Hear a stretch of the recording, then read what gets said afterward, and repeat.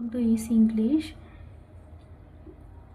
இது வந்து tense form. அதாவது if you want to speak more fluently in English, you should know the tense form.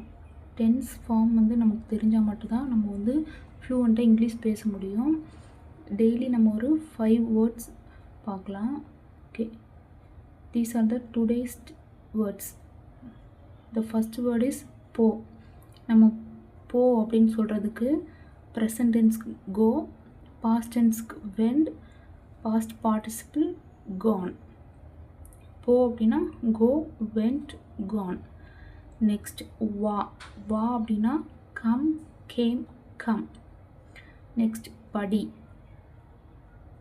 Read, read, red.